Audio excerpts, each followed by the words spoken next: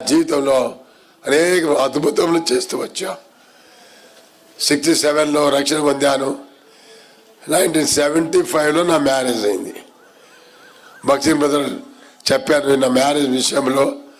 సరే నేను ప్రార్థన చేస్తానని 6 నెలలు ప్రార్థన చేశాడు. అప్పటి వరకు నాకు చెప్పలే అని చెప్పే వరకు అట్లనే ఉన్నాను. 6 నెలల ప్రార్థన చేసి అప్పుడు నన్ను పిలిచి చెప్పాడు, దేవుడు నాకు కూడా సమాధానం ఇచ్చాడు, నువ్వు వచ్చే వారం రెడీ కావు, నేను హైదరాబాద్లో ఉంటాను అని చెప్పి డిసెంబరు 1975లో డిసెంబర్ 12వ తారీఖు మా మ్యారేజ్ అయ్యింది. ఇక మ్యారేజ్ అయిపోయినాక కూడా ఇక ఫస్ట్ మ్యారేజ్ కాగానే నా భార్యకి చెప్పాను. ఏమని చెప్పానంటే, మా జీవితం అంతా ప్రభుకి అప్పగించుకొని ప్రభు కొరకు జీవిస్తాం. మా అక్కర్లు ఎవరికి చెప్పదు. అది మా ట్రైనింగ్. మా అక్కర్లు ఎవరికి చెప్పదు, పక్క వాళ్ళు కూడా చెప్పదు. ఉపవాసం ఉన్నాము, ఎవరికి చెప్పలే, వారింటోళ్ళకి చెప్పలే. మా చాలా రోజులు అన్నం లేకుండా ఒట్టి నీళ్ళు తాగి రాత్రి అలాగనే పడుకున్న ఉపవాసంతో. కానీ ఎవరికి చెప్పేది లేదు, ప్రార్థన చేయాలంతే. మా అక్కర్లు అని ఎవరికి చెప్పేది లేదు. నేను నా భార్య ఇద్దరు మోకాళ్ళని ప్రార్థన చేయాలి, నీళ్ళు తాగాలి, పడుకోవాలి. ఎన్నో దేవుడు అద్భుతములు చేస్తూ వచ్చాడు. పరీక్ష తీసుకువస్తాడు. ఒకరోజు దినమంతా అన్నం లేదు, రాత్రి కూడా అన్నం లేదు, అలాగనే పడుకున్నాం, ఉపవాసం పడుకున్నాం. ఉదయం లేచి మా వైఫ్ చిన్న రూమ్ ఉంది, చిన్న మంచం ఉంది, అని ఇల్లంతా ఉడుస్తుంది. ఆ మంచం కింద ఉడుస్తున్నప్పుడు అది ఏదో మంచం కింద ఒక టిన్ ఉన్నట్టుంది, జరుగుతలేదు. సరే నన్ను పిలిచింది, అది ఏమో ఉన్నది కింద మంచం కింద చూడు, ఏదో బరువుగా ఉన్నట్టుంది, అది మంచం కింద ఉడవాలి అంటే, ఏమున్నది మంచం కింద ఏమో బరువుది ఏమున్నది కింద అని ఇట్లా చూశాను. చూస్తే ఏమో టిన్, ఈ టిన్ ఎక్కడికి వచ్చిందా పని, ఆ టిన్ బయటికి లాగాను. బయట లాగి దాని మూత ఇట్లా తెరిచి చూశాను, దాని నిండా బియ్యం ఉన్నాయి. ఈనాటి వరకు తెలియదు, మా భార్యకు తెలియదు, నాకు తెలియదు ఎక్కడికి వెళ్ళి వచ్చిన బియ్యం అని. ఇప్పుడు వరకు మాకు తెలియదు. ఇటువంటి అద్భుతం, లెక్కలేని అద్భుతములు దేవుడు చేస్తూ వచ్చాడు. ఇది ఒకటిసారి మీకు అది చెప్పుకుంటూ పోతే గంటలు పడతాయి.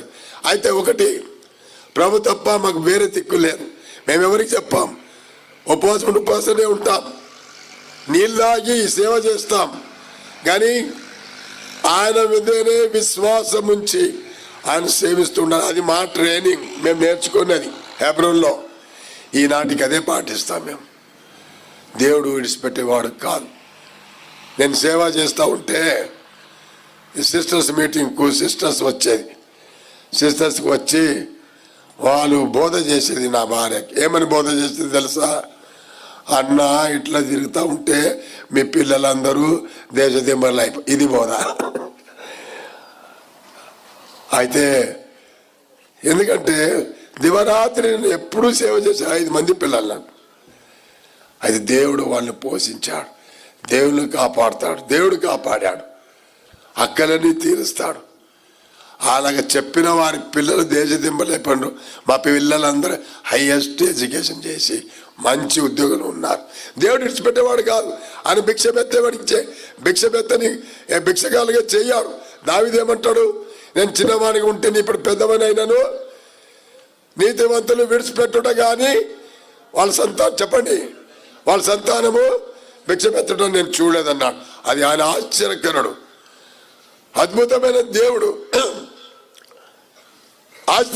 విశ్వాసం వస్తే ఆశ్చర్యమైన కార్యం చేస్తాడైనా. కష్టాలు రావని కాదు, తప్పకుండా వస్తాయి. మన విశ్వాసము రుజుపరచుకోవాలి. ఆయన ఎందుకు విశ్వాసం ఉంచిన దావీదు అన్నట్లు వారి సంతానం భిక్ష ఎత్తాడన్నాడు. కష్టాలు, బాధలు, శ్రమలు వచ్చినా దేవుని మీదనే ఆధారపడాలి. మేము ఎవరికి చెప్పాం, ఏమి లేకపోయినా, మేము ఎక్కడికి సేవకు పోయినా నేను ఎవరికి చెప్పాను, ఏది చెప్పాను. సాధారణంగా ఎక్కడైనా పోతే మీరేం తింటారు అన్నారు. ఇది సామాన్యమైన ప్రశ్న. ఈరోజు కూడా అడిగిండ్రు ఇక్కడ. ఎవరిది? నేను రాగానే అడిగిండ్రు మీరేం తింటారు అంటే మనుషులు తినేవన్నీ తింటా అన్న.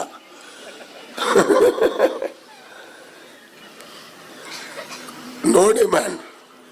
అటు సేవ చేసేది నేర్చుకున్నాం మేము. ప్రభు కొరకు నిలబడాలి, ప్రభు వైపే చూడాలి. ఆయన ఆశ్చర్యకరుడు, ఆయన జీవం గల దేవుడు. ఆయన సేవ చేస్తే ఆయన విడిచిపెట్టేస్తాడా? ఇంపాసిబుల్. పరీక్షిస్తాడు. ఒక ఆయన బట్టలు కొనడానికి పోయిండు షాపుకు. చెప్పి బట్టలు కొనక ముందు యేసు గురించి మంచిగా చెప్పాడు. ఆయన జీవం గల దేవుడు, ఆశ్చర్యకార్యం చేసే దేవుడు, అద్భుతం చేసే దేవుడు అని చెప్పి అంతా చెప్పాడు. అట్లా ఇట్లా అని సువార్త చెప్పాడు. చేసినాక సరే ఇంకా బట్టలు కొంటున్నప్పుడు అప్పుడు బేరాలు ఆడుతున్నాడు. ఆయన ఏదో 500 అంటే, ఏంది 500 అంటావు, నేను దేవుని సేవకును 400కి అన్నాడు. దేవుని సేవకునికి 600కి ఇవ్వాలి. ఇంతవరకు నీవు చెప్పావు కదా నీ దేవుడు గొప్పవాడని. అక్కడేమో వస్తే తగ్గిస్తాడు, ఇక్కడేమో హెచ్చిస్తాడు. మాటలు ఒకటే ఉండాలి. ఆయన నమ్మకమైన దేవుడు. ఇది అలవాటు లేదు ఈ రోజులో. మీరు వినరు కూడా ఎక్కువ, అందుకే మీకు అలవాటు లేదు. ఎందుకంటే ఆ ట్రైనింగ్ లేదు ఈ రోజులో. కనుక ప్రియులారా, మనం సేవించే దేవుడు జీవం. ఏమన్నాడు జోబు? మై రిడెమర్ లివెత్, నా విమోచకుడు సజీవుడిగా ఉన్నాడు. ఆయన జీవిస్తుంటున్నాడు. చాలా భయంకరమైన స్థలంకు నేను వెళ్ళాను. సువార్త ప్రకటి అండమాన్ నికోబార్కి వెళ్ళాను. పోయినసారి మీరు విన్నే ఉంటారు. ఒక మిషనరీ అక్కడికి వెళ్ళి అండమాన్ నికోబార్కి వెళ్ళి సువార్త ప్రకటిస్తే ఎక్కడి నుంచో బాణంతో కొట్టి చంపేశారు ఆయన 2 years కిందనే. ఆ స్థలంకు నేను సువార్తకు వెళ్ళి 20 సంవత్సరాలు అండమాన్ నికోబార్లో ఐలాండ్స్లో సువార్త చెప్పి వచ్చాను. దేవుడు అద్భుతంగా తప్పిస్తూ వచ్చాడు. అండమాన్ నికోబార్ అంటే 3 రోజులు ప్రయాణం చేయాలి షిప్లో. అక్కడ ఏమైనా అయిందంటే అట్టే మన షిప్ ఉండయి. ఇమీడియట్లీ రాని మళ్ళీ రావాలంటే షిప్ ఉండాలి. 3 రోజులు ప్రయాణం చేసి రావాలి. అయితే దేవుడు అక్కడికి తీసుకున్నాడు. లక్షద్వీప్ ఐలాండ్స్, మరీ ఘోరమైన ఐలాండ్స్ అవి. అక్కడ సీక్రెట్గా పని చేయాలి. పట్టబడితే జైలే. అక్కడికి వెళ్ళాను, సువార్త ప్రకటించాను సీక్రెట్గా. ఎన్నోసార్లు తప్పించుకుంటూ 5-6 రోజులు సువార్త ప్రకటించాను.